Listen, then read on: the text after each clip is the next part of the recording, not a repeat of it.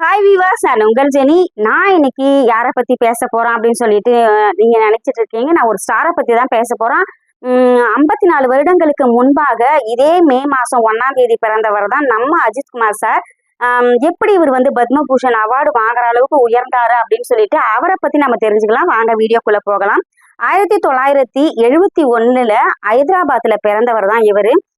10ஆம் வகுப்பு படிக்கும் போதே இவருக்கு படிப்பு சரியா ஏறலன்ட்டு அவங்க அப்பா கிட்ட போய் சொல்றாரு. அவங்க அப்பா சொல்றாரு, படிப்புக்காக நான் உனக்கு என்ன வேணாலும் செய்யறேன், படிப்பு பிடிக்கல அப்படின்னு சொன்னா நீ வேலைக்கு போ, சும்மாவெல்லாம் இருக்கக்கூடாது அப்படின்னு சொல்லிட்டாரு. அதுக்கப்புறம் பார்த்தீங்கன்னா அவர் போய் ஒரு மெக்கானிக் வேலையில செய்யறாரு. அதுல அவ்வளவும் பணம் வராததுனால அவங்களுடைய முதலாளி சொல்றாரு, நீ ரொம்ப அழகா இருக்கிற, ஏன் நீ வந்து சினிமா துறையில வந்து ட்ரை பண்ணக்கூடாது அப்படின்னு சொல்றாரு. நிறைய ஆடிஷன் போயிட்டு அட்டன் பண்றாரு. எதுவுமே பலன் அளிக்காம அவ்வளவுதான் நம்மளுடைய வாழ்க்கை அப்படின்னு சொல்லிட்டு நினைச்சிட்டு இருக்கும்போது அமராவதி என்ற படம் வந்து அவருடைய 22வது வயசுல வந்து சைன் பண்றாரு. அதுல பாத்தீங்கன்னா புதுமுகமா இருக்கிறாரு. அஜித் என்ற பையன் ரொம்ப நல்லா நடிக்கிறான் அப்படின்னு சொல்லிட்டு பேசப்படுறாங்க. அதுக்கப்புறம் பாத்தீங்கன்னாக்கா அவரு அந்த கார் ரேஸை வந்து அவர் விடவே இல்லை. அதுல பாத்தீங்கன்னாக்கா அந்த கார் ரேஸ்ல ஒரு விபத்து நடக்குது. அவருடைய ஸ்பைனல் கார்டு வந்து ஆப்ரேஷன் பண்றாங்க.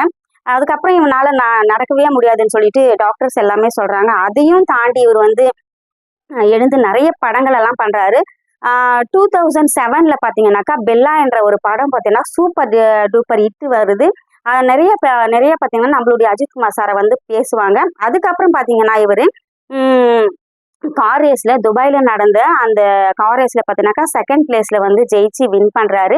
அதுக்கப்புறம் பார்த்தீங்கன்னா அவரு 22 வருடங்களாக பார்த்தீங்கன்னாக்கா அவருடைய அம்மா அப்பா பேர்ல மனோன்மணி அப்படின்னு சொல்ற ஒரு ட்ரஸ்டின் மூலமாக நிறைய ஏழை பிள்ளைங்களுக்கெல்லாம் பார்த்தீங்கன்னாக்கா நிறைய இல்லாதவங்களுக்கெல்லாம் வந்து ஹெல்ப் பண்ணிட்டு இருக்கிறாரு. ஸோ இதன் மூலமாக பார்த்தீங்கன்னாக்கா இப்போ பத்மபூஷன் அவார்டு வந்து நம்மளுடைய பிரதமர் கையில வாங்கியிருக்காரு. ஸோ எந்த பேக்ரவுண்டுமே இல்லாத சாதாரண ஒரு 10ஆம் கிளாஸ் படிச்சவர் இப்போ பார்த்தீங்கன்னா சூப்பர் டூப்பரா வந்து இங்கிலீஷ் நல்லா பேசுறாரு, நல்லா கார் ரேஸ் பண்றாரு. இந்த அளவுக்கு வராரு அப்படின்னு சொன்னாக்கா அவருடைய தன்னம்பிக்கை, அவர் விடாமுயற்சி, இது எல்லாமே அவருடைய உழைப்பு மட்டும்தான். ஸோ இவரை போல நம்ம முன்னேறுவோம்.